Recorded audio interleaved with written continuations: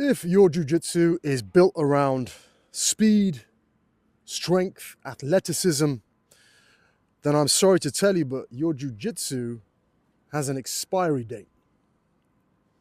But there is one concept that lies at the heart of jiu-jitsu. It's actually what jiu-jitsu is. That if you understand this concept, it will add not years, but decades to your jiu-jitsu journey. I'm Hadrian, jiu-jitsu black belt, coach, and former competitor. I'm also deep into my 40s, juggling work, life, family, and I want to share some of my strategies, some of the strategies I use to stay injury-free, to stay competitive, and to keep learning and growing on the mats. So most martial arts are built around tactics, and the tactics are the things that you do: punching, kicking, submission holds, takedowns. They're the moves. Those are the tactics. So most martial arts are built around imposing their tactics on an opponent, whether that's kickboxing, wrestling, Muay Thai, whatever it is. They're built around tactics, and they are predicated on the tactics that artist is using being stronger, more effective than the tactics of their opponent. What makes jiu-jitsu different is that it is built around strategy.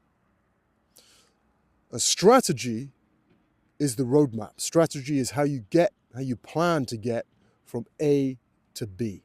So let's talk through jiu-jitsu strategy. Let's talk through an example, a very common example of jiu-jitsu strategy in action, and we will define then what that strategy is, what that concept is. Jiu-jitsu, and let's talk about it in the context of a fight, whether that's in the street, in the cage. I know most of us now are either rolling casually or competing in sport events. Not many of you who are watching this will be fighting in the cage or in the street, hopefully. But this is the easiest example I can think of, and the one that shines the brightest. So we're going to go with this. So let's say you find yourself in a physical confrontation with someone. The idea around jiu-jitsu, the strategy that jiu-jitsu employs, is closing the distance safely. Once you get inside, you're either outside of someone's striking range or you're all the way in so that their strikes are as good as totally ineffective. So you're so close. You close the distance and you get so close that whatever strikes they can land are rendered ineffective. Once you are that close, once you've closed the distance, you've clinched, you take your opponent down. Why do we want to take someone down? Because when they're on their feet, when a person is on their feet, they're able to drive off their legs, drive through the ground. The legs are 7 to 10 times stronger than the arms. So a person who's on their feet is still, even if they haven't got that much training, they're still incredibly dangerous. In a fight, anything can happen. And a person who's on their feet still has a huge amount of movement, power, explosiveness that they can generate. So we take them down, we get them off their feet, we get them off the ground so that their feet are now out of play. So that's 2/3 of their power instantly negated. We then seek to get past the legs as quickly as we can, for the same reason as when they're standing on their feet. The legs are still powerful, they're still dangerous. If they kick us, it's going to do some real damage. So once we take them down, we get past the legs. Now we are free to control them using 100% of our body against 25% of their body, i.e. their chest and shoulders and their head. So we're controlling them with a pin, whether it's mount or cross-side position, with 100% of our body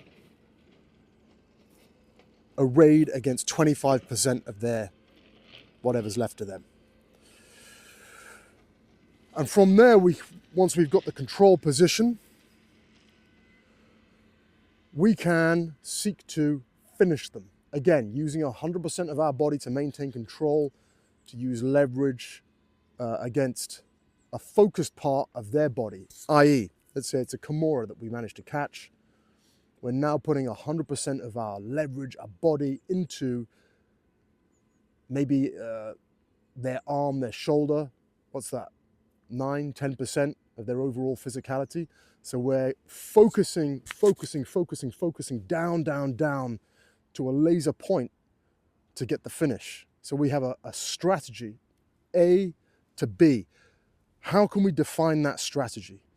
So again, if we look at most other martial arts, they are relying on tactics to make them stronger than an opponent. Tactics to enable them to impose their will on an opponent.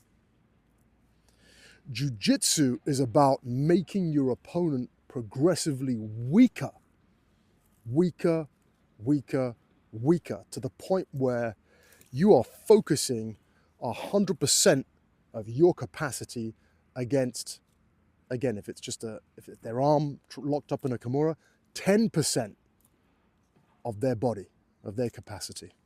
So you are stacking the odds in your favor. And this is, for me, the essence of effective jiu-jitsu. Now, most martial arts don't work this way. And actually, in my experience, a lot of jiu-jitsu these days, especially more sportive jiu-jitsu, is not really practiced with this emphasis front of mind.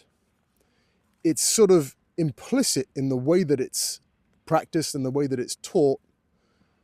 It's there sort of functioning on an unconscious level for most people and even most instructors, but it is not explicitly explained. It is not explicitly brought to the fore.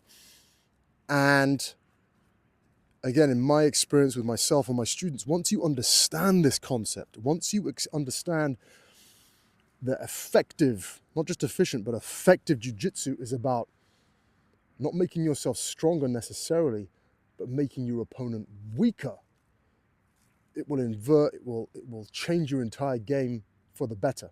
But this is just an example of how we are constantly seeking to stack the odds in our favor, and there is a hierarchy. This is why, again, in sport jiu-jitsu, this is why there are different points for different positions. Mount, back control, they have the most points. They have more points than knee on belly or cross side control. Because there is a hierarchy of dominance in terms of controlling your opponent. But the point is this. The point is, next time you are training, next time you're rolling, ask yourself this question.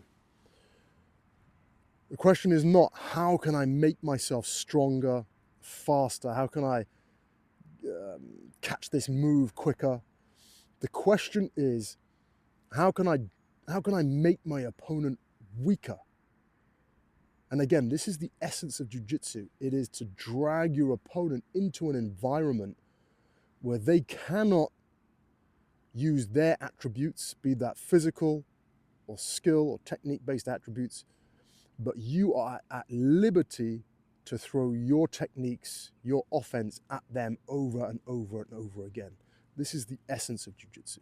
Quick side note, if you want something you can use in your very next session, I put together a Roll Forever cheat sheet for older grapplers. 7 simple upgrades that make a massive difference when you are training in your 40s, 50s and beyond. Breathing cues, warm-up tweaks, between round resets. It's completely free.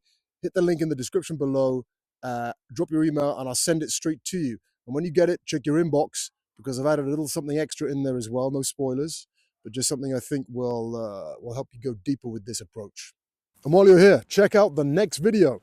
It's up here somewhere, where I talk about endurance and how endurance is your first hold and how you can steal your opponent's endurance using body weight, weight distribution, timing, and breath control.